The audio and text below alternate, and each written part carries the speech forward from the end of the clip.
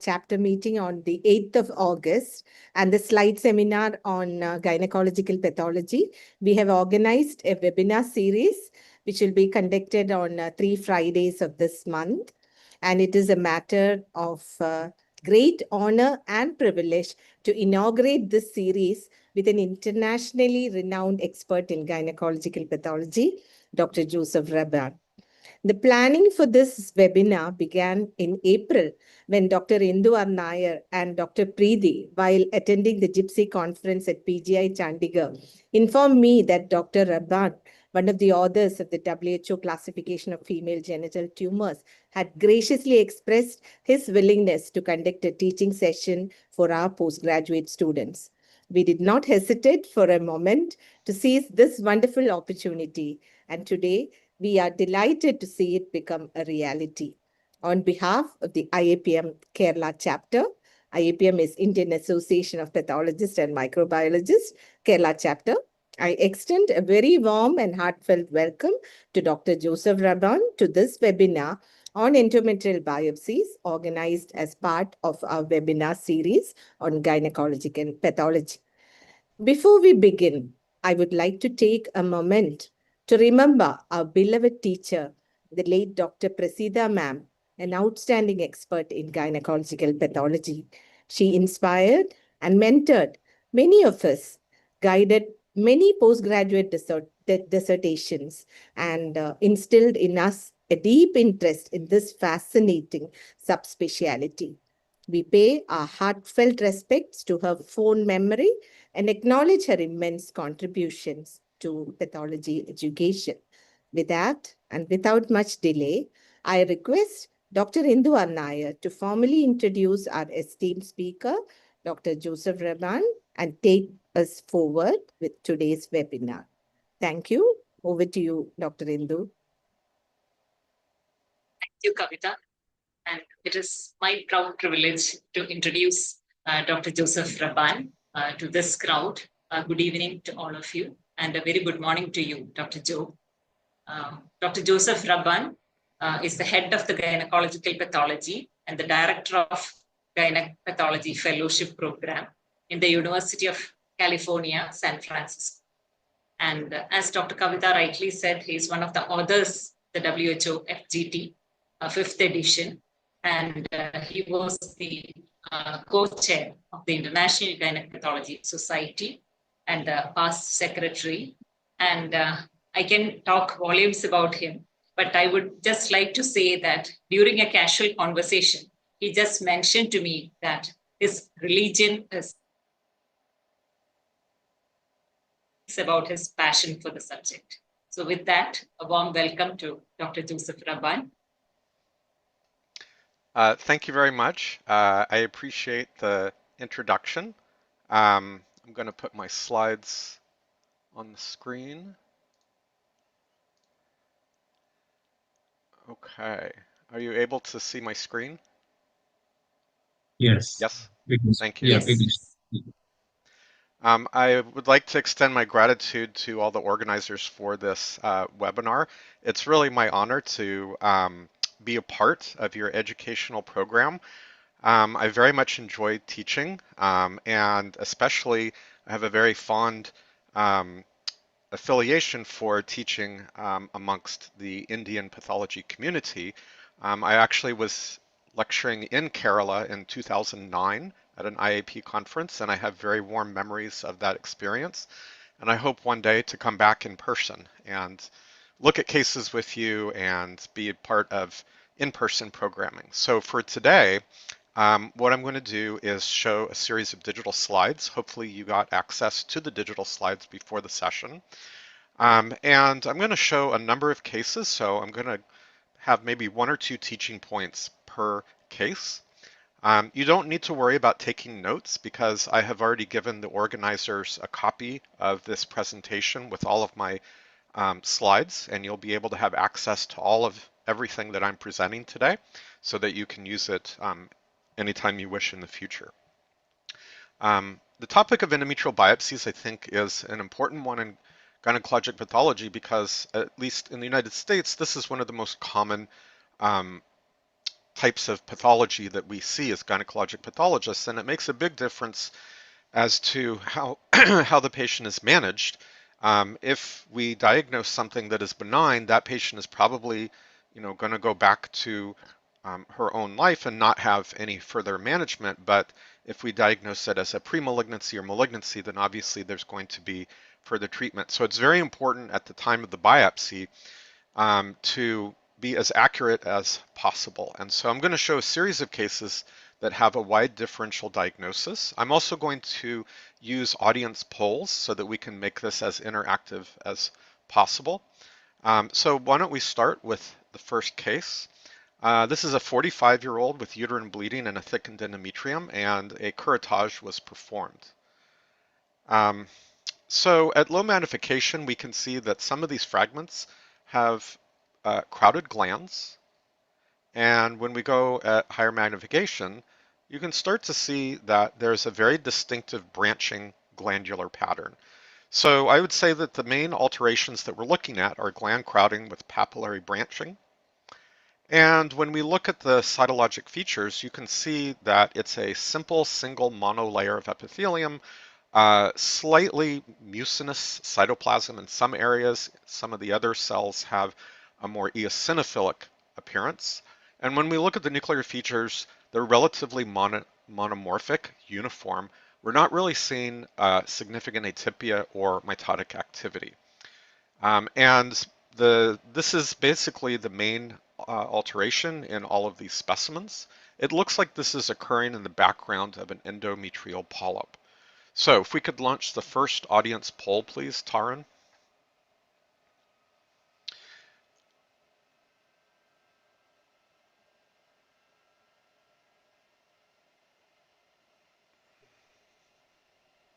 Waiting for the poll, Taryn.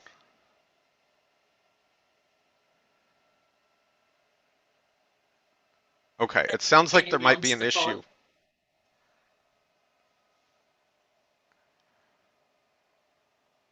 Okay, there might be an issue with... Tarun? Yeah, so sorry, there is a small issue. So I'll launch the poll now. Shall I launch the poll, sir? Yes, please. Okay, so the question is, what would your leading diagnosis be? And I'll tell you that the majority of these cases may need immunohistochemistry, and so the point is not to get the right diagnosis in this poll. This is just to think about what is your top consideration for the case. And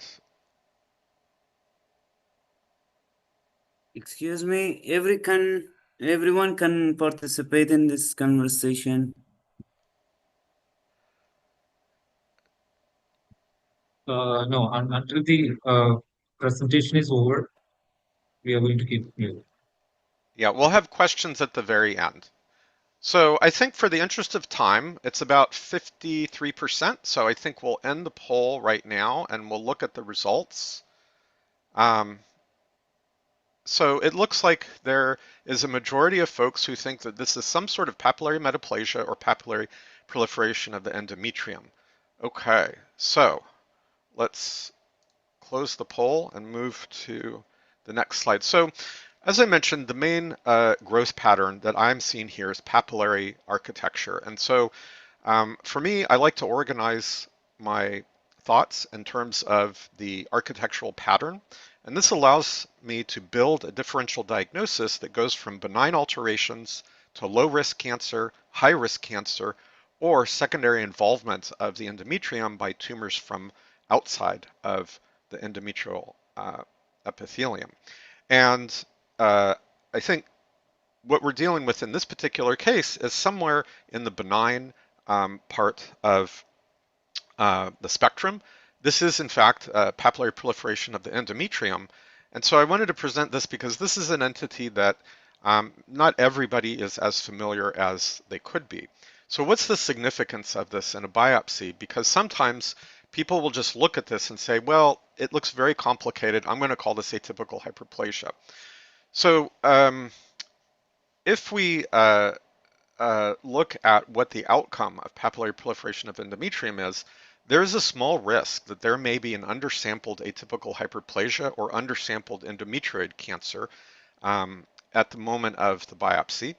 And if there isn't, there is still a risk that there could be development of either atypical hyperplasia or carcinoma. So this is the clinical significance of papillary proliferation of endometrium, even though itself it is a benign entity. So what is the recommendation for how to manage this in a biopsy? Well, we want to be careful about distinguishing it from atypical hyperplasia because, at least in the United States, the official guidance for management of atypical hyperplasia is a hysterectomy or potentially hormonal therapy. You wouldn't want to recommend a hysterectomy for papillary proliferation of endometrium because the risk is too low, although technically there's no guidance that really exists. There is also some early literature suggesting that the risk of these outcomes may be dependent on how complex or extensive the papillary formations are. And so this is a case where the biopsy is showing a polyp with just focal areas of this papillary architecture. Again, very bland cytology. And my screen went white for some reason. It'll come back. The reason that I showed this second case is because this is about the smallest amount of lesion that I would accept as papillary proliferation of endometrium. And even though it's scant, I think that we still need to make this diagnosis, even though it's on the smaller end of the scale. So what is the recommendation for issuing a pathology report? I would do three things. First, I would document there's a small risk for concurrent or subsequent atypical hyperplasia cancer. Second, I would recommend clinical evaluation to rule out undersampled disease and then have long-term follow-up. And then third, these are the three references that I would put in my pathology report in case the clinician or the patient wants to read the actual literature. Okay, case number 2, 45-year-old with uterine bleeding, thickened endometrium, curettage is performed. So at low magnification, we have some areas in which the glands have crowding, and then we have these other areas in which it looks like there's long villo-glandular types of papillary projections. And then if we come over to some other areas, papillary branching. So at higher magnification, we can see that the nuclear features are monomorphic. There's no significant atypia here. And so if we could launch poll number 2, please.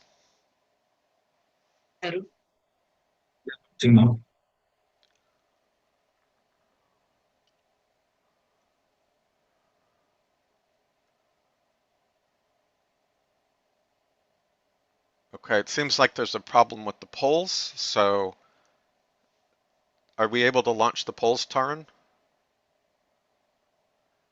Are we launching the Okay. So what is your leading consideration for this case?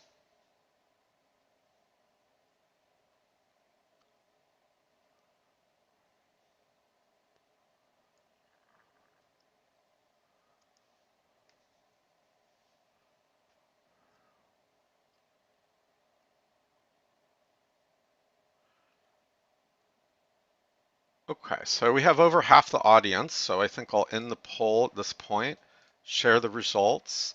So it looks like most people thought that this was either a papillary variant of atypical hyperplasia or a papillary variant of endometrioid carcinoma. So I'll stop sharing. So I thought this was an interesting example. Again, the differential is this papillary architectural pattern. What I think we are looking at here is a papillary variant of low-grade endometrioid carcinoma. And the reason that I want to show this is because that architectural pattern certainly can make some people think about a serous carcinoma or even endocervical adenocarcinoma villo-glandular type. I'll show a different case from the hysterectomy standpoint, just to emphasize this growth pattern. We see these long, finger-like villo-glandular structures, and then we see the lining.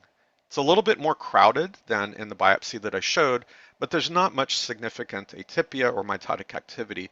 So this again is another example of viloglandular or papillary variant grade 1 endometrioid carcinoma.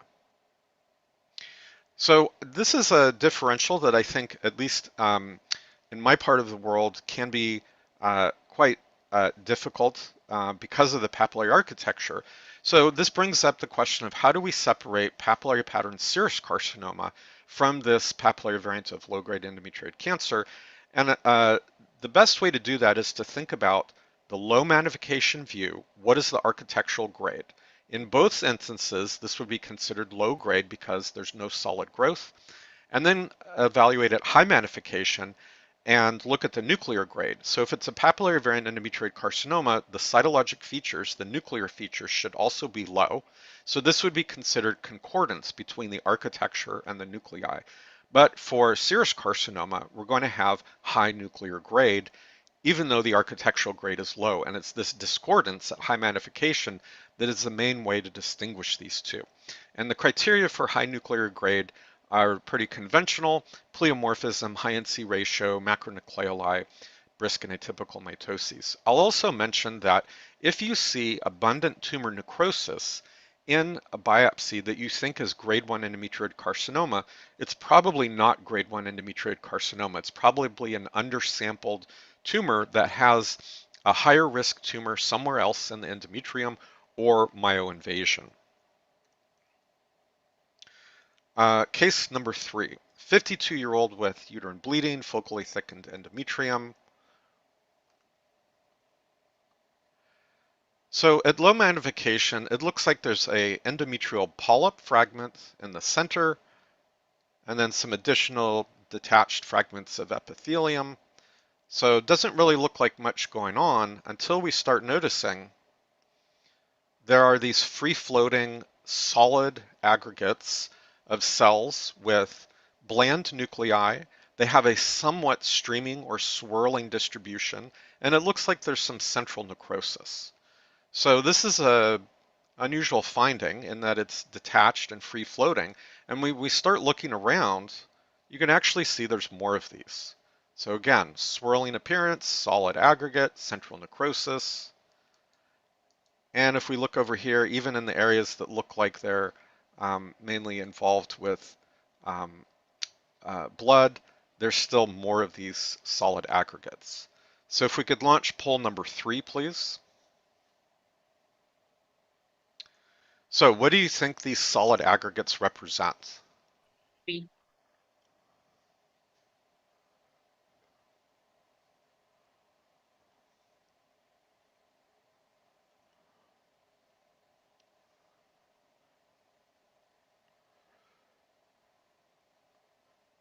Okay, we are a little over 50% of the audience has responded, so we'll end the poll, share the results.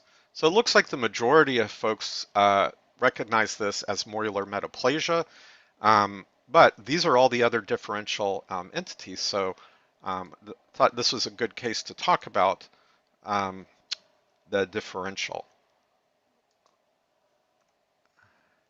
So, squamous or epithelioid solid pattern in an endometrial biopsy, we have a very broad differential ranging from benign entities like Morular metaplasia to forms of low-risk cancer such as atypical polypoid adenomyoma, squamous differentiation in an endometrioid carcinoma, secondary forms of cancer such as spread as H-cell or squamous cell carcinoma from the cervix, and then you can get diagnostic mimics. If it is a premenopausal patient, I would think whether this could be trophoblast, could it be an epithelioid smooth muscle tumor or PEComa, or could it be granulomatous endometritis if the patient has mycobacterial or fungal infection.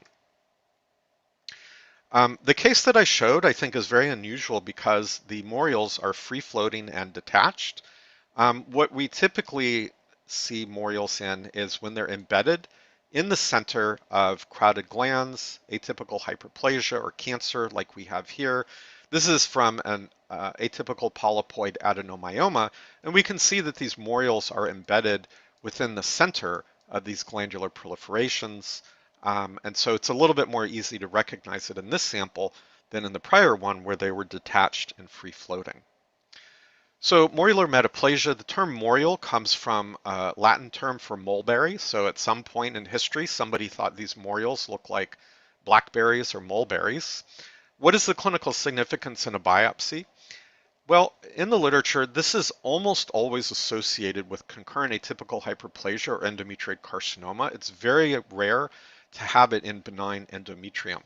And then there's a couple of studies that show that if you have isolated morials, like in the case that I just showed you, there is a very small risk of later on developing endometrioid cancer.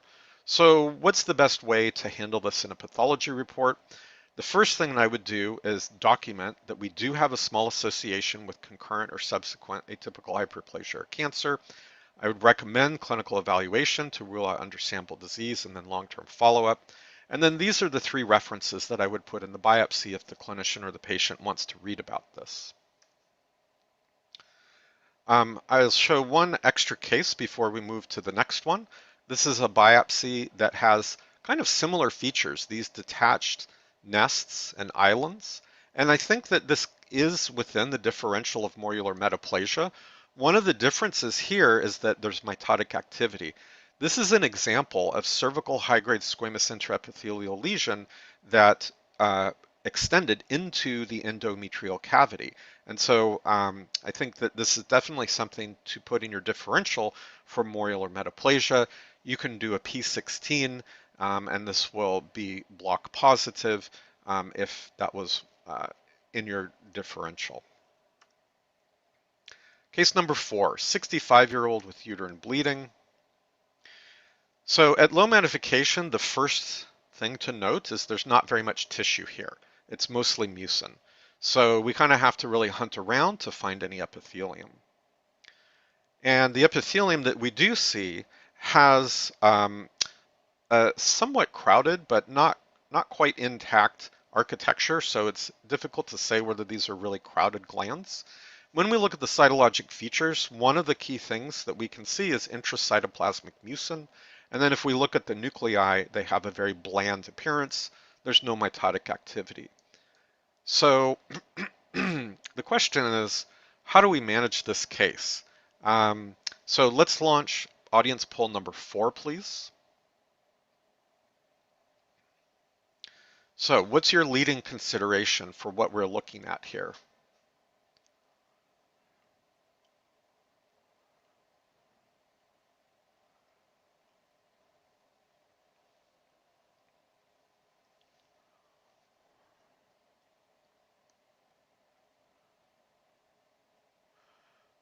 Okay, so we have over half of the audience participating, so we'll show the results.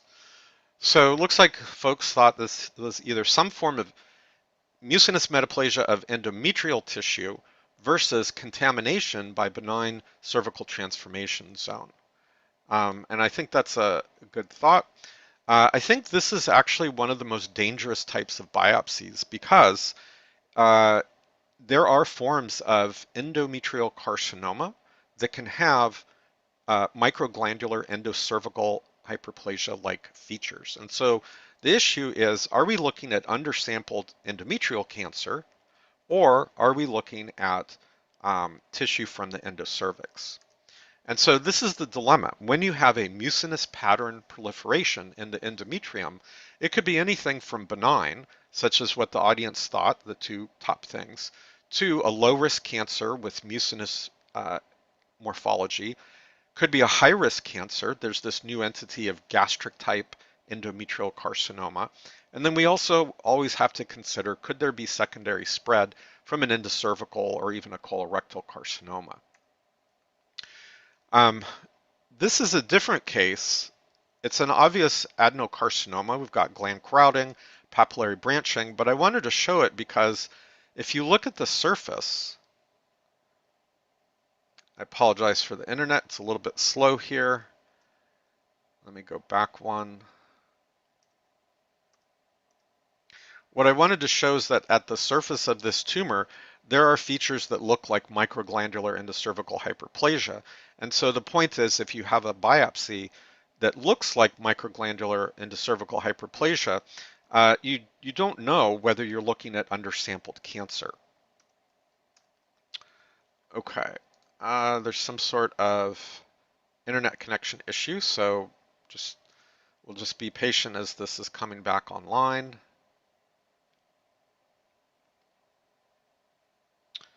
While we're waiting for this Indu, are there any, oh, maybe.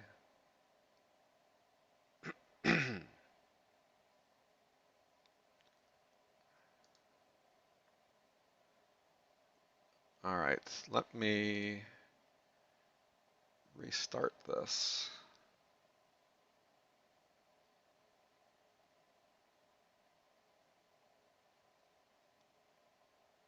Okay. Yeah, usually the path presenter is pretty good connection. So what I was showing is that if you imagine this surface component of this tumor, it looks very much like the transformation zone of the endocervix. And so this is something that we need to think about.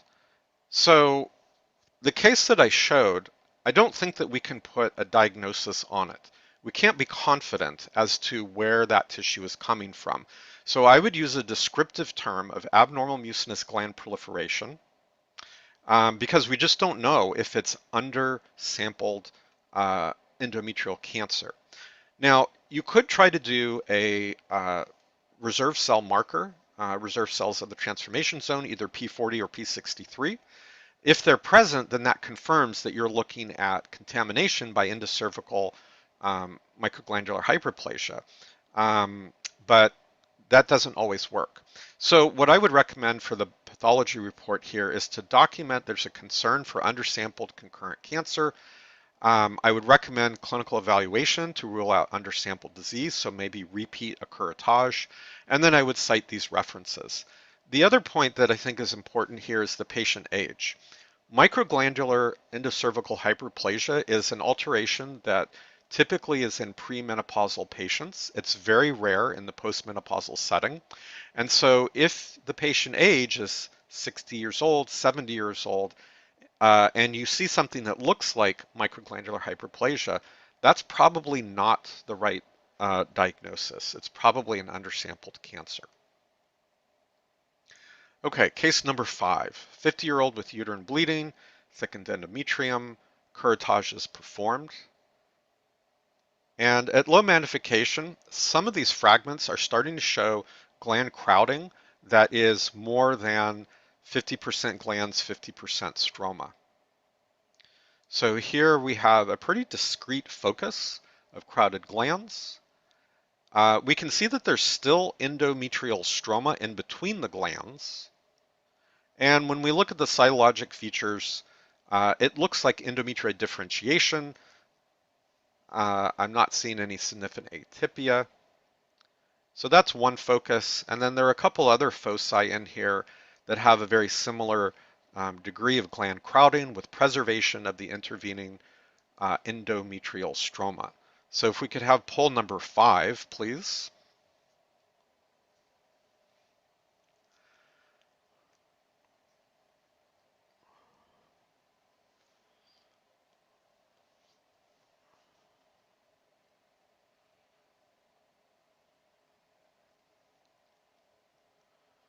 Okay, we have over half the audience has responded, so we'll share the results. And it looks like the majority of folks thought that this is endometrial hyperplasia without atypia. And that's what I thought this case is. The reason that I wanted to show it is because I think that this is about the smallest focus that I would feel confident calling endometrial hyperplasia. Anything smaller than this, I don't think I could be as confident. So this is about my lower limit. So differential here is endometrial gland crowding. Again, we have a differential that goes from benign things to low risk cancers, high risk, and even secondary involvement.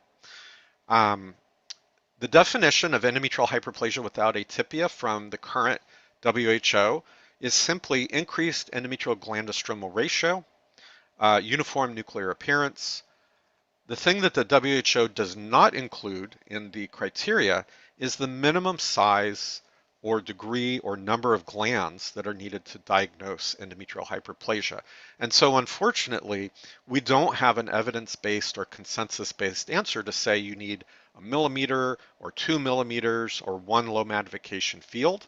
It's a very subjective issue that's very prone to observer variation, which is why I showed kind of what my threshold is for the minimal criteria. Where did I get my threshold from?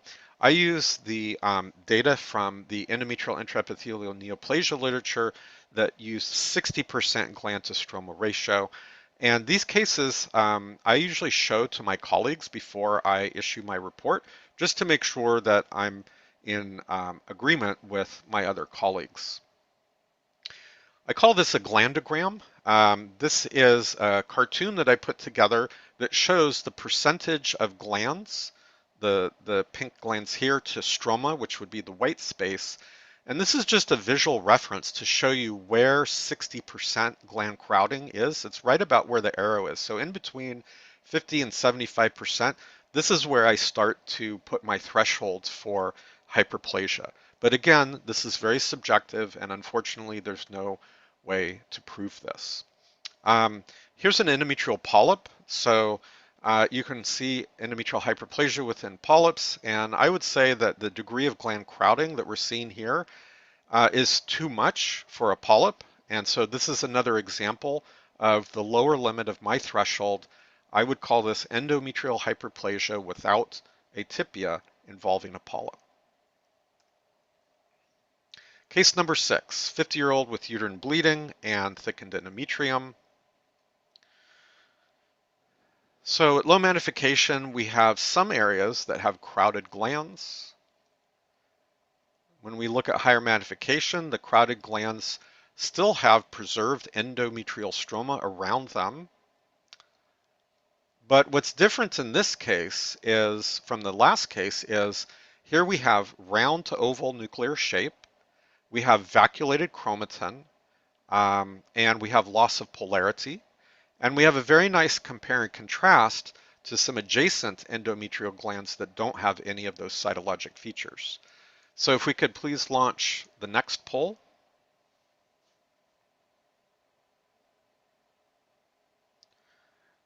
So what are your thoughts about what we're looking at here?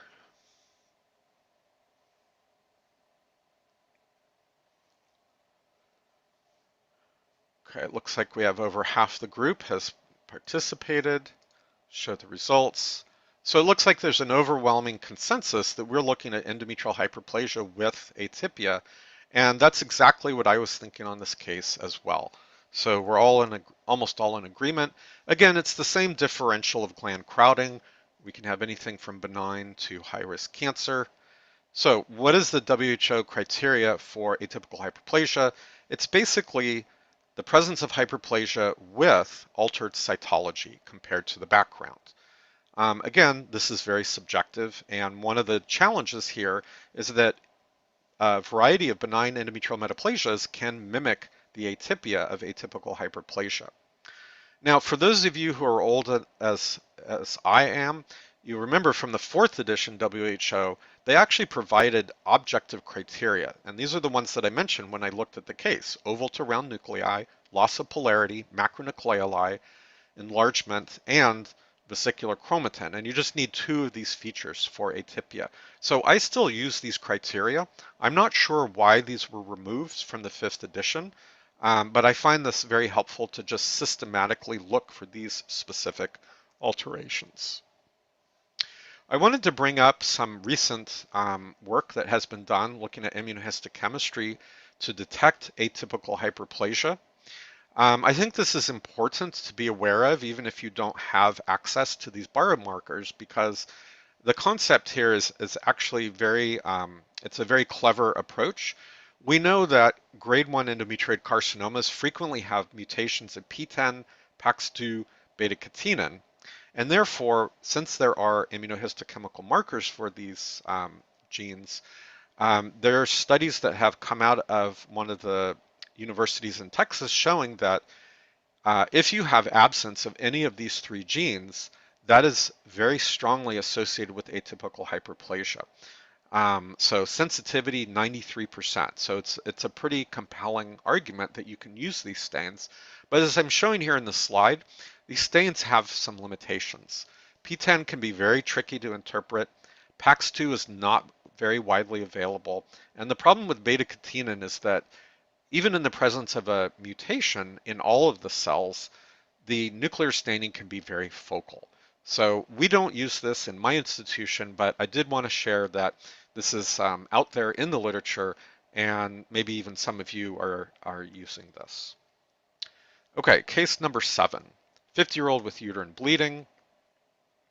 At low magnification, we can already see that this is a very complex architecture. We have fragments in which we have simple glands which are crowded together, and unlike the 2 hyperplasia cases that I showed, we have loss of endometrial stroma in between the glands. So this is outright diagnostic for a grade 1 endometrioid carcinoma. The reason that I wanted to show this case is because of fragments like this one. So here, it looks like we have a streaming distribution of somewhat spindled cells. The spindled cells have bland nuclear features. There's no atypia, no unusual looking mitotic figures. And then if we cruise around and look at some other areas, we can see that some of these cells are embedded in a very pink eosinophilic or hyalinized background. And then in some other areas, we can see even more pronounced hyalinized background with this little linear streaming distribution of cells adjacent to areas that look like more conventional endometrioid carcinoma with squamous differentiation. So we have spindling here. So could we have the next audience poll, please? So what do you all think we are looking at?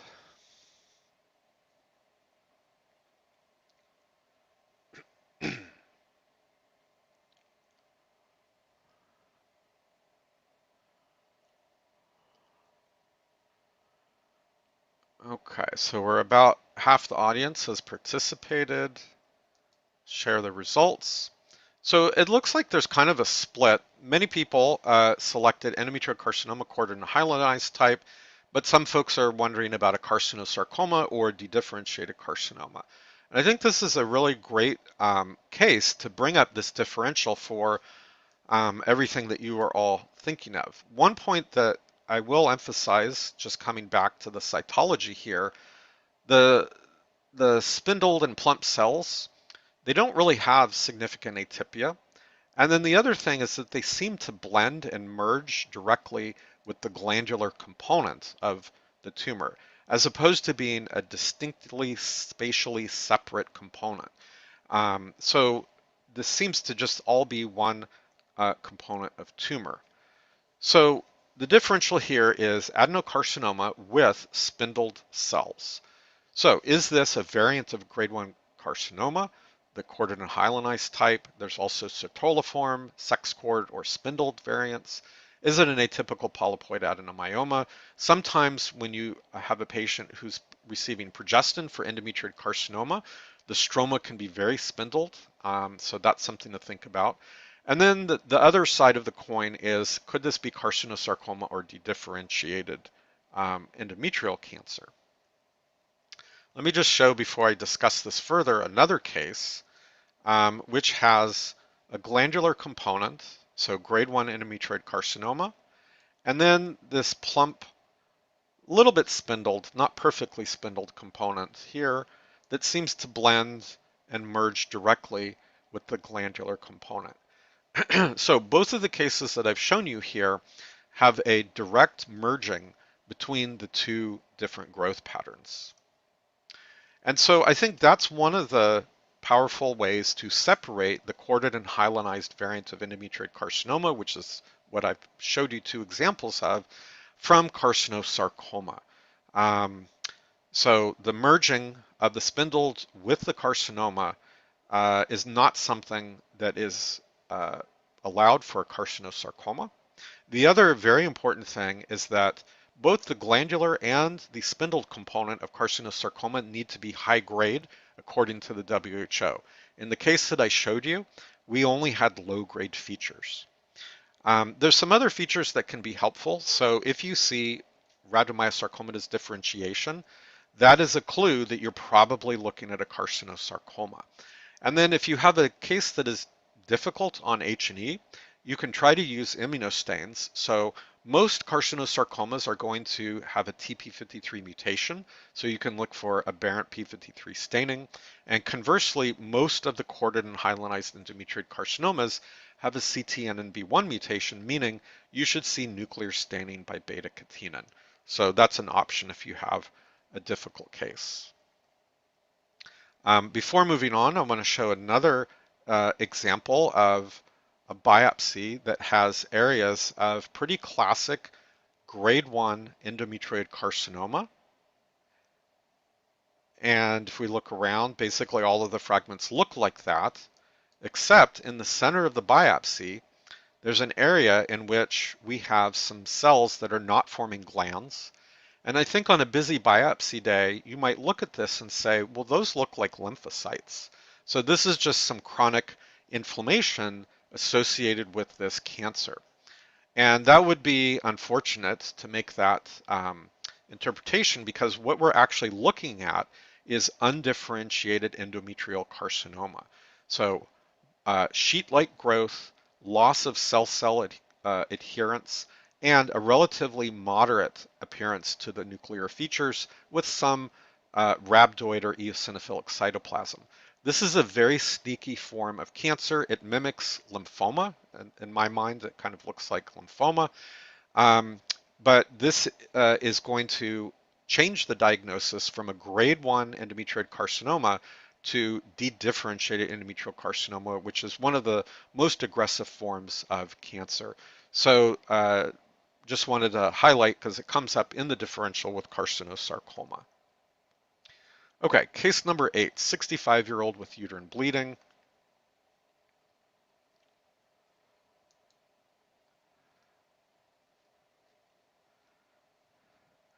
So we have some glandular epithelium. Before we look at the glands, I do want to point out all of this necrotic debris. There's quite a lot of it in the biopsy. And then when we look at the cells, there seems to be a variable size and shape. There are very prominent cherry red macronucleoli. And as we start to look around, we can appreciate mitotic figures very frequently. So a pretty distinctive look. So if we could launch the next audience poll, please.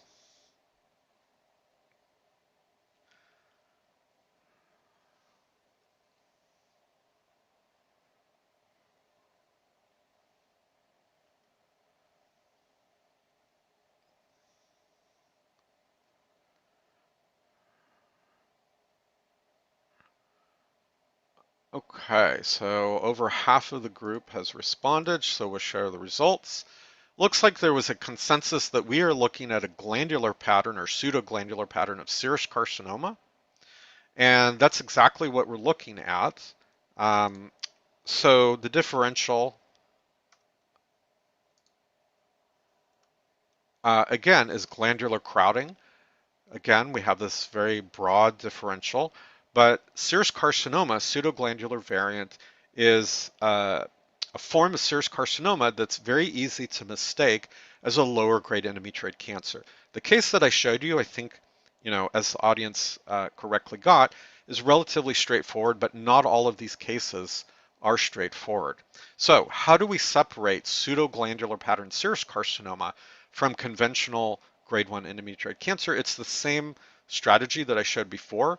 You compare the architectural grade to the nuclear grade, and if there's a discordance of high nuclear grade but low architectural grade, then you really need to be thinking about serous carcinoma, even if you don't have papillary and solid components. So I shared with you the morphology. What about immunohistochemistry? Some of these cases can be challenging. So this is the recommendations from the International Society of GYN Pathologists. This is in this paper that is an open access paper that anyone can access for free. The key markers would be aberrant P53 for serous carcinoma, block positive P16. ER staining I don't think is all that helpful because you can get staining in both of these entities. If you have access to the endometrioid markers, P10, ARID1A, mismatch repair, or beta-catenin, these can be helpful, but we have to remember that only somewhere between 20 to 30% of endometrioid carcinomas have a mutation in these genes, so these are not always going to be aberrant. So let's look at the P53 on the case that I showed. So I don't have an audience poll here, but I'd like you to all think about how would you report the staining pattern for this P53? Would you consider this wild type? Would you consider this aberrant? And if you think that this is aberrant, which staining pattern of P53 do you think this represents? So there are 4 patterns of aberrant P53. The most common one due to a missense mutation is overexpression pattern, where more than 80% of the nuclei show strong diffuse staining. There's the null pattern due to nonsense mutations in which we get 0 nuclear staining at all. There's the cytoplasmic staining pattern, which is not very common at all, and it's defined as cytoplasmic staining in more than half of the cells. And then you can get subclonal staining, which is defined as any of these patterns showing up in only 10% of the tumor. So the case that I just showed you is a very rare example of cytoplasmic staining. This is a pattern, and I'll go back to show you again. This is a pattern that is very easily misinterpreted as non-specific staining in a wild type setting. So I think many people would look at this and just call it wild type. But more than 50% of the cells are showing cytoplasmic staining, so this is an aberrant pattern. And again, another open access review article from the ISGIP Society, have the citation here. This is a very important article because it explains not only how to titrate the P53 antibody in your lab, but also how to go through all of these different staining patterns. So this is a very good reference to look at. Case number 9, 50-year-old with uterine bleeding and an endometrial mass. The first thing that I notice when I look at this slide is it's very blue, very dark blue. So that's a clue. When we look at higher magnification, we can see that there's solid areas. We also seem to have some areas that may be tubular or glandular. The cells have very high NC ratio, not much cytoplasm. But when we look at the nuclear features, not much atypia here, maybe mild atypia. So we can cruise around and look at some other areas. Here it sort of has a more glandular appearance.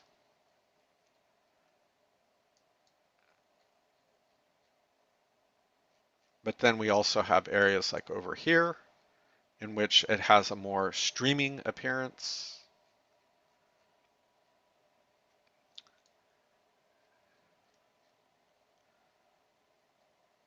But it's a very distinct morphology with this high NC ratio. And then one final area that I'll show.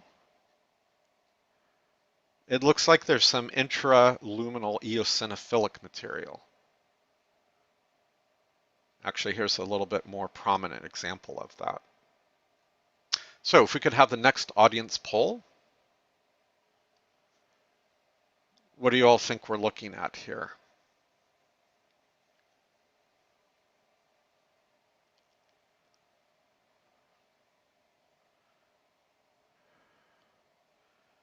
Okay, so we have more than 50% responding.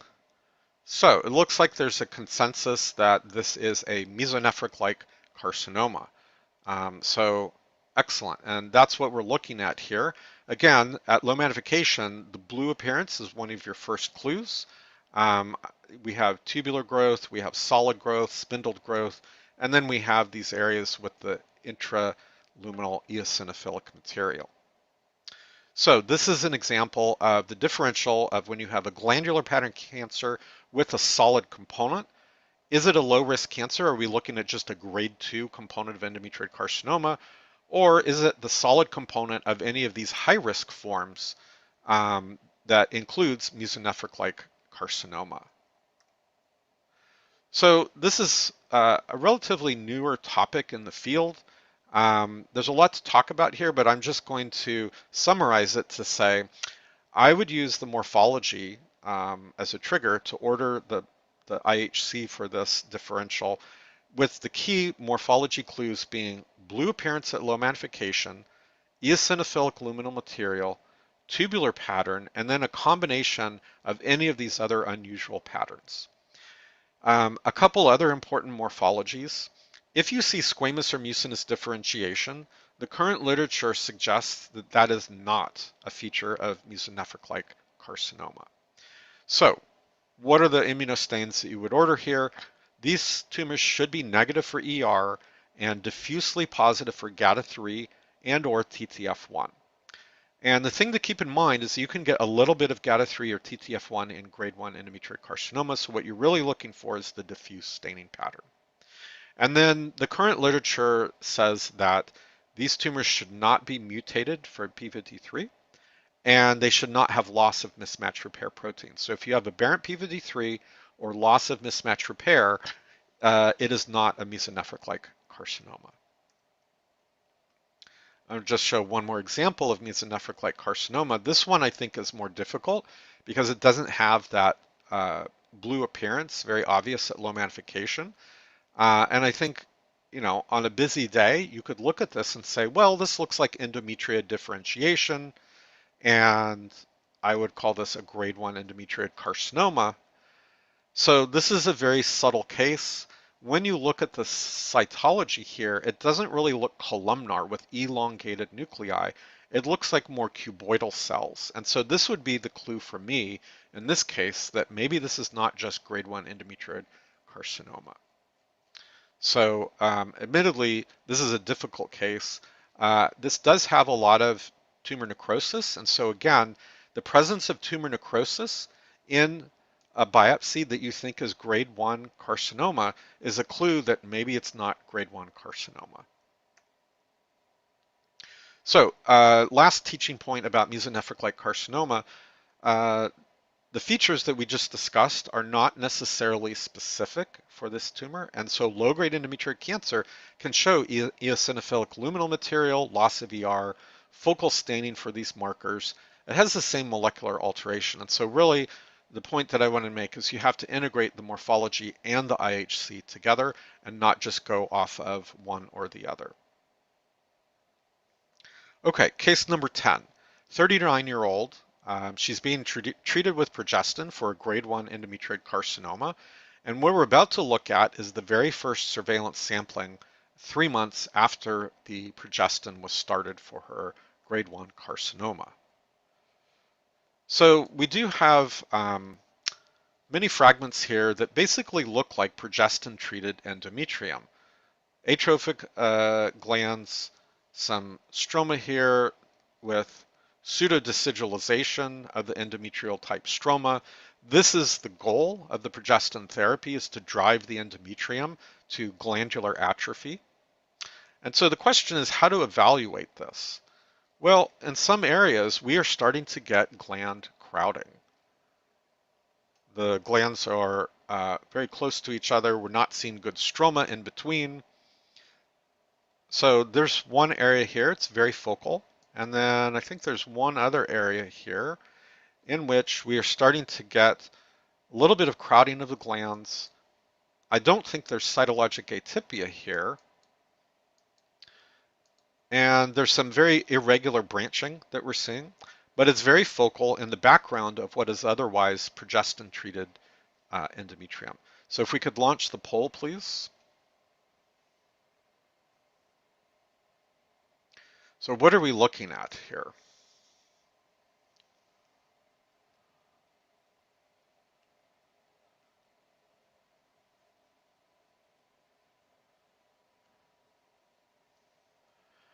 And I will just preface this saying, I think this is the hardest case of all the cases that I'm showing, and I'll explain why I think it's the hardest case in a second. So looks like we almost have half of the group responding. So we'll share the results. And as I was saying, I think this is a hard case, and that's reflected in the fact that there's not agreement in the audience as to what this is. All the other cases that I've shown before, you have all been pretty much in consensus.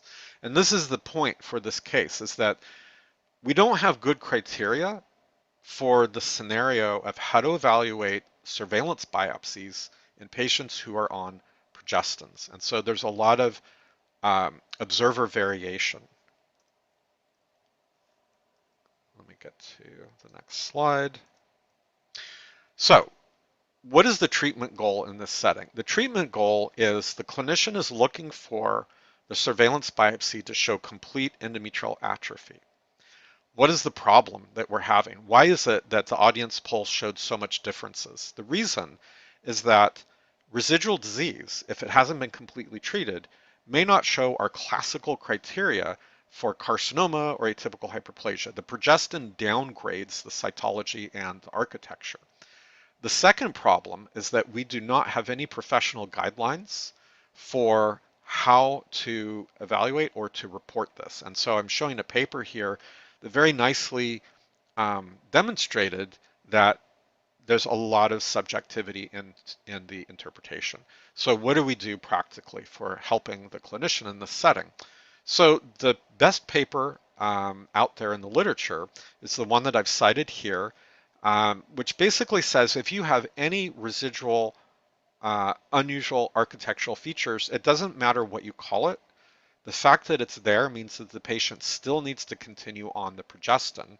And importantly, if you still have those abnormalities, whatever you call them, at 9 to 12 months of therapy, it's unlikely that the patient is going to ever respond to the progestin. And therefore, the clinician really needs to think about providing the option for hysterectomy. So when we report these, the most important thing to do is to describe the trend over time. So whatever you see in the current biopsy, you want to comment, is it the same, is it less, or is it more than the abnormalities in the most recent biopsy? So to kind of put it into an algorithmic approach, this is how I deal with these.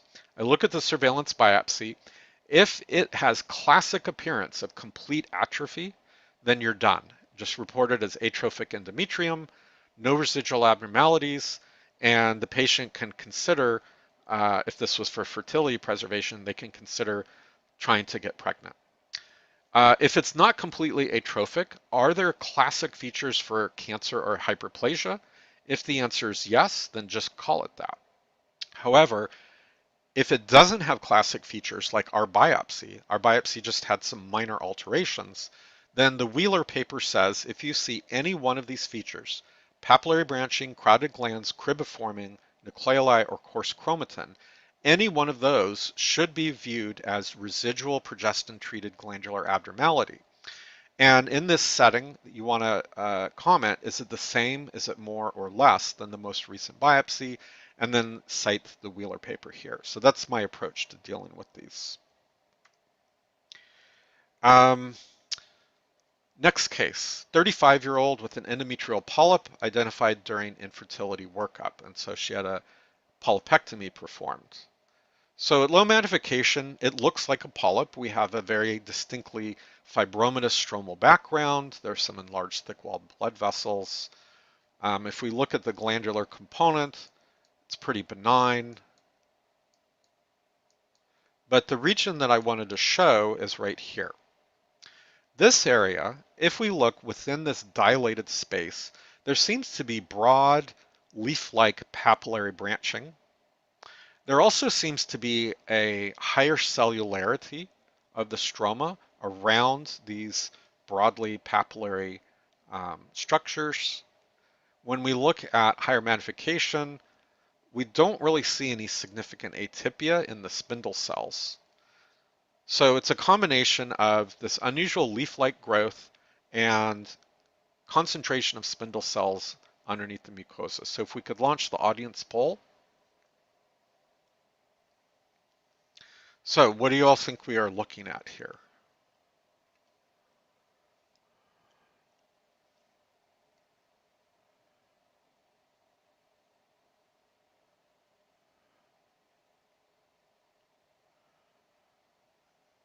Okay, so we're almost at 50% participation, so we'll end the poll, show the results, and you can see that there's a split opinion here. So some folks think it's an endometrial stromal neoplasm, other people call adenosarcoma, some people call this a polyp. And I think these are all good thoughts. I actually didn't give you the answer option of a descriptive diagnosis, which some of you might wanted to have used. I think that this leaf-like pattern is very reminiscent and concerning for adenosarcoma. The problem is it's a very focal finding. So I don't think that there's enough of this feature here to call it outright adenosarcoma, but it's worrisome. So it falls into the differential of polypoid endometrial proliferations. So is it just a polyp, atypical polyp? Is it atypical polypoid adenomyoma, adenosarcoma, or a high-risk tumor, rhabdomyosarcoma carcinosarcoma? This is a different case. This, I think, has very definitive features for adenosarcoma. On the left-hand side, we have really beautiful leaf-like or phalloides tumor-like architecture. We have cellularity of the stroma underneath the mucosa. So this left-hand side is very classic adenosarcoma. And on the right-hand side, we have another growth pattern. It's a little bit more subtle, but we have condensation of the stroma around glands that are not showing that leaf-like pattern. It's admittedly a very subtle pattern. This is the more easy pattern to diagnose here. We did not have, in the biopsy that I showed, we did not have full-fledged features like this. And so this is the question that I wanted to discuss in this case. How do we classify a lesion that falls short of adenosarcoma? And so the issue is if you have polyp with phalloides-like growth or intraglandular polypoid projections or periglandular stromal cuffing, there's now two papers that have very nicely shown that we should not overcall this adenosarcoma in the following situation. If the lesion is under 3.5 centimeters, if the concerning architecture is only focal or partially developed, and if there's no stromal atypia. So I think that's what we're looking at in the case that I showed, in which case these papers recommend not to call it adenosarcoma because in the follow-up studies, none of these behaved like an adenosarcoma. So the recommendation is to call this atypical endometrial polyp. The two studies cited here show there's no progression of risk, but the clinician needs to make sure that there's nothing residual in the endometrium before they pass this off as just an atypical polyp. And then I would cite these two references. So we are just at 1 hour. I do have a couple extra cases, which I will leave for you all to look at on your own when you get the link. And I think it's a good time to stop and entertain any questions that people may have.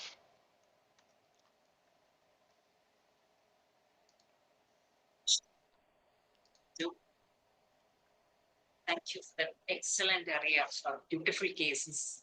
I felt like I was going through the pages of WHO with more pictures and more entities described beautifully.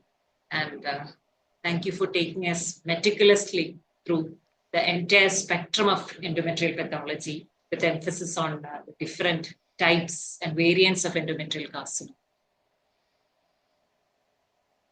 And that shows your passion for teaching also. We thoroughly enjoyed.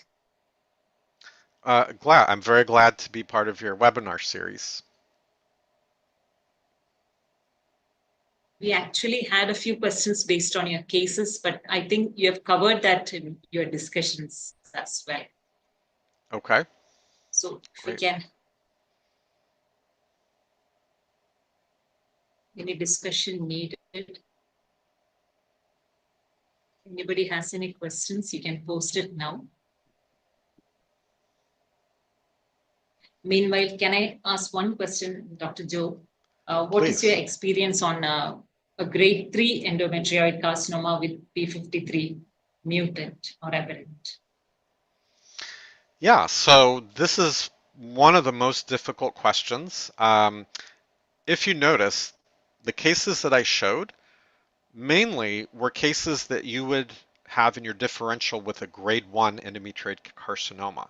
And I deliberately did that because the idea is if you are just thinking, oh, I'm looking at grade 1 carcinoma, you don't want to miss the mimics that are high risk because the management can be very different. So if you sign out the biopsy as a grade 1 endometrioid cancer, if it is a premenopausal patient, at least in the United States, they may consider fertility sparing therapy. Just give hormones and don't even do hysterectomy.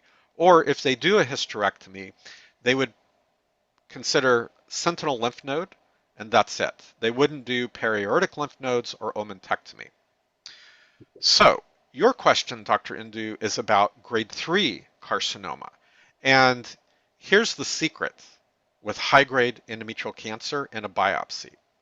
It doesn't matter what the histotype is, because at least according to the guidelines in the United States, the surgical management for anything that you call high-grade is the same. So they're going to do lymph nodes as well as omentectomy. So you don't need to separate grade 3 endometrioid from serous, from clear cell, from carcinosarcoma. It's the same management. So in theory, you could just sign out your biopsy as high-grade endometrial cancer, defer the histotyping to the review of the hysterectomy specimen. So then let's say you get the hysterectomy specimen. Now we have to deal with the histotyping because there may be differences with adjuvant therapy between clear cell versus serous, for example. They may want to give more radiation for clear cell. So the question that you brought up, I think, is one of the hardest ones. If you have a solid pattern, high-grade carcinoma, how do we know? Is that grade 3 endometrioid? Is it serous carcinoma? Is it maybe a dedifferentiated carcinoma? This can be very difficult. So P53, I think, is not going to be all that helpful because we know that once you get to high-grade morphology, the odds are it is going to be P53 mutated. So that really doesn't help you with the histotyping. So you have to think about other markers. So for endometrioid differentiation, P10, ARID1A, mismatch repair, beta-catenin. I mean, if you have access to mismatch repair protein staining, and you show loss of one of the mismatch repair genes, you're done. That is not a serous carcinoma by definition. It's either endometrioid or dedifferentiated or undifferentiated endometrial carcinoma. So I think that going back to your question, what do you do with a grade 3 endometrioid carcinoma that's P53 mutated? You have to look for other morphologic clues. Is there squamous differentiation? If there is, then it's endometrioid subtype. Is there glandular components that look endometrioid? Well, then it's also most likely endometrioid differentiation. The hard cases are the ones that are just poorly differentiated and there's no other clues. And so you have to look at the morphology again, and if you can't decide, then it's perfectly acceptable to call it high-grade carcinoma, ambiguous morphology. That term was introduced by Rob Soslow at Memorial Sloan Kettering. Ambiguous morphology simply means it's ambiguous as to what the subtype is. But from the management, from the surgical perspective, if you tell them high grade and P53 mutated, that is enough for them to classify it as a high-risk tumor and to move that patient to chemotherapy and radiation. Thank you, Dr. Joe. Can we take a few more questions? Please. Yeah, one is how to differentiate a polyp with crowded glands from hyperplasia arising within a polyp. Very difficult. So I will tell you that there are some gynecologic pathologists who say that there is no such thing as endometrial hyperplasia in a polyp, and they will just never diagnose it. So basically what those pathologists are saying is that endometrial polyps can have lots of endometrial gland crowding, and that's normal. I think that that is a problematic view because we know that you can get grade 1 endometrioid cancer in a polyp. So where did that grade 1 cancer come from? Well, it had to have come from atypical hyperplasia in the polyp, which means hyperplasia does exist in an endometrial polyp. But as the person who wrote the question is getting at, what are the criteria for that? So I did show you one example of what I would consider hyperplasia within an endometrial polyp. The problem is that it's very subjective. So I just gave you my opinion. And so I look at low magnification, and if it looks like those crowded glands are not just scattered all across all the polyp fragments, but they're actually distinct in a very distinct spatial location, crowded together, then that's how I would make that distinction. And it's subjective. I see there's another question in the chat that asks a very similar question. How do you distinguish disordered proliferative endometrium from endometrial hyperplasia? My answer is the same. You look at low magnification. If you see a hot spot where the glands are spatially very, very crowded, that probably is endometrial hyperplasia. But if the gland crowding seems to be uniform across the specimen, that's probably within the spectrum of disordered proliferative endometrium. Thank you. Another question is, do you use L1-CAM IHC in cases of endometrioid cancer? So the question is L1-CAM in endometrioid cancer. So what that person is asking is referring to some earlier literature looking at the prognostic role of L1-CAM for early stage low-grade endometrioid carcinoma. We don't have that marker. That marker really hasn't, if you think about the Cancer Genome Atlas molecular classification or PROMIS classification of endometrial cancer, which I didn't talk about here, it doesn't really involve L1-CAM. So I think the field has kind of moved away from L1-CAM. It's not part of TCGA or PROMIS or the new FIGO or the new ESGO classification. Really the markers for prognostication are p53, mismatch repair, POL-E mutation, and estrogen receptor. So estrogen receptor becomes important if you have, from a molecular standpoint, what we call NSMP, or no specific molecular profile. That's the most common molecular category for endometrial cancer. And it turns out that that group can be split prognostically between those that are ER positive and the very rare subset that are ER negative, which have a worse outcome. So L1-CAM is not really part of the current discussion anymore. Thank you. Since you mentioned about the ER negativity, personally, I haven't come across. What is your experience on that? So the audio dropped out. You said you haven't come across ER in what situation? Negative NSMP. ER negative NSMP. Yeah. So I think maybe more specifically, you might be referring to lower grade endometrioid carcinoma, because I think we've probably all seen grade 3 endometrioid carcinoma that's ER negative. What's more, I guess, uncommon is if you have a grade 1 or grade 2 endometrioid carcinoma that's ER negative and NSMP. Those are very rare. I would say that, if you have access to immunohistochemistry and you have the resources, it's a good idea to get an estrogen receptor on all your endometrial cancers that are low grade. And the reason is that you can use that as a screening tool. So I didn't really talk about that in my cases because there wasn't enough time. But if you have something that you think is grade 1 endometrioid cancer and is ER negative, I would pause and consider an alternate differential.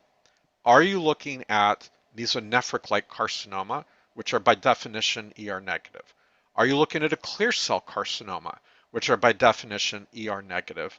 Are you looking at a gastric type endometrial cancer, which almost always are ER negative?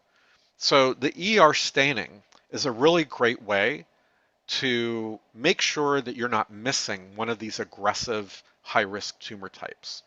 But let's say the morphology is still good for grade 1 endometrioid cancer, then you just have one of those rare examples that are ER negative. I agree with you. I probably have only seen one or two that are ER negative. And the next question that you might ask me is, what about a P53 aberrant grade 1 endometrioid carcinoma? And the answer is the same. This is a great teaching point for the trainees on this call. If you are about to sign out grade 1 endometrioid carcinoma and it's P53 aberrant, you need to pause and ask the question, is this a glandular pattern serous carcinoma? And that gets back to one of the cases I showed. You need to double check the cytology, because if you have P53 aberrancy and you have high-grade nuclear features, that is not a grade 1 endometrioid carcinoma, that's a serous carcinoma. So the use of both P53 and ER, I think, can be very helpful on a systematic basis. And another very common question, that is how to differentiate between endometrial from endocervical adenocarcinoma, reliable IHC panel. Yeah, so that is a great question. So how to distinguish grade 1 endometrioid carcinoma from HPV-associated endocervical cancer. The two features that would make me suspicious for endocervical cancer would be floating mitoses, meaning that the mitotic figures are not in the basal portion of the cell, but they are in the apical cytoplasmic portion of the cell. That's the first feature that would make me wonder. The second feature is apoptotic debris or karyorectic debris in the basal part of the cell. Those are two of the three features that the WHO mentions in the triad for HPV endocervical adenocarcinoma. Those are really the two key things I look for. On the other hand, if you have squamous differentiation, that's not something you're going to see in an HPV-associated endocervical adenocarcinoma. What about the immunohistochemistry markers which can be used reliably? Yes, so the idea again is that your differential is with endocervical HPV-associated adenocarcinoma. So the key marker is P16, and you're looking for block-positive staining. A low-grade, grade 1 endometrioid carcinoma should not have block-positive P16. I will say, and let me also expand on that, if there are any pathologists on the call here that are as old as I am, you probably remember there were 4 stains that used to be taught to distinguish endometrioid carcinoma from endocervical. In addition to P16, the older literature used to say estrogen receptor, monoclonal CEA, and vimentin. We now know from accumulated data, don't do those other 3 markers. They're not reliable. And so if you look at the ISGIP recommendations, they also say, do not do CEA, ER, and vimentin for this question. Only do P16, because you can get in trouble. I've seen endocervical adenocarcinomas that are ER positive.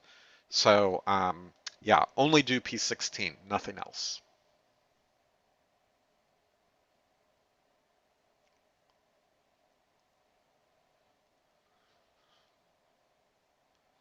Yeah, one question about the adenosarcoma case. The stromal elements, can it be bland or should it be atypical to be called as an adenosarcoma? So, in theory, it should be showing atypia. The question is, how do we define stromal atypia? Because you're not going to get severely pleomorphic spindle cells in most adenosarcomas, you're going to get a much lower level. So I think the more important feature is to look for the architectural leaf-like growth and the condensation or hypercellularity around those glands. That's the most important thing. I will also mention that in the 4th edition WHO, there was an entity called adenofibroma of the uterine corpus. That entity got removed in the 5th edition. And the reason it got removed is because of what the person who posed this question is. There are cases that were called adenofibroma that had low-level atypia, so not much atypia, that recurred. And so the idea is, if we're going to use the term adenofibroma, that implies benign, no recurrent potential. And so this was Dr. Pratt from Barcelona. He's the main person that brought this up. He basically said adenosarcoma is probably a spectrum from cases that are very bland with very low risk for recurrence to cases that have stromal overgrowth and high-grade features. And so in the 5th edition WHO, the committee agreed with him and said, we cannot reliably separate adenofibroma from adenosarcoma, so we're just going to call everything adenosarcoma because we can't safely predict what truly is adenofibroma. So back to the original question, yes, there should be atypia, but you can diagnose atypia however you want. It's not going to be something that you can, point to and say, oh, this is definitely atypical. The same with mitotic figures. You don't need mitotic figures to diagnose adenosarcoma. It's nice when they're there, but they're not necessary. I think we have discussed almost all relevant questions. Anything else, Dr. I did see somebody put in a question about Vimentin for histotyping. I think a general point that I will say is for gynecologic pathology, there's no role for Vimentin in any situation. So I know some people use Vimentin for various things, but if you look at the WHO, you look at the current literature, there's no role for it. So at least in gynecologic pathology. So I don't think I've ever ordered Vimentin in my career. So I know there's some older literature on that, and my recommendation is just to stick with the WHO. Don't even do Vimentin in gynecologic pathology. Okay. Indu? So I think you have read all the questions, right? Yeah, yes. Okay. So, sir, I must say that it was indeed a smooth surf across the ocean of endometrial carcinoma. It was a very, very informative talk, and especially the practical tips you shared will be of immense use to us in our day-to-day practice. And I must also say that the reporting format, it's so well designed, it's so clear, comprehensive, and meaningful to the clinician. And I think we can use it as a model for effective communication between the pathologist and the clinician. In fact, words fail to express my joy and pride as the president of this chapter that I could have you present talk on such a complicated, but you have made it so simple. It looks simple now for us. So to our members, I'm deeply honored to have you here, sir, and looking forward to having more sessions like this. We'll definitely arrange. Please do attend when and accept our invitation to talk to us, like not just the students, but we all are students, sir. Actually, the practicing pathologists need such practical tips. So thank you very much on behalf of the entire chapter of IAPM. And of course, Dr. Indu and Dr. Preeti for introducing sir And especially Dr. Indu for taking all the pains in arranging this session and moderating it in her inherent dignified and composed style. Thank you, Indu. Thank you so much. And thank you all the members for your interactive participation. So it's really like questions are even coming up now. Like I think I'm seeing a few questions again and again. But I think Sir has covered all these in his cases already. And thank you all the office bearers, and thank you our technical support team, our IT team, Tarun.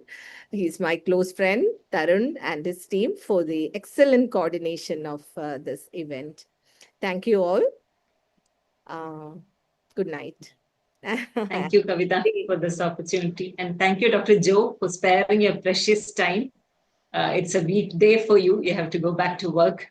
So thank you for sharing your time with us. Well, thank you very much. I very much enjoyed being a part of your programming, and hopefully one day I can be there with you in person looking at cases. Sure. We are looking forward. Okay. Sure, sir. Thank you. All. Thank Okay. you. Thank you, Joe. Bye-bye. Bye. Bye. So, dear members, we'll meet on next Friday.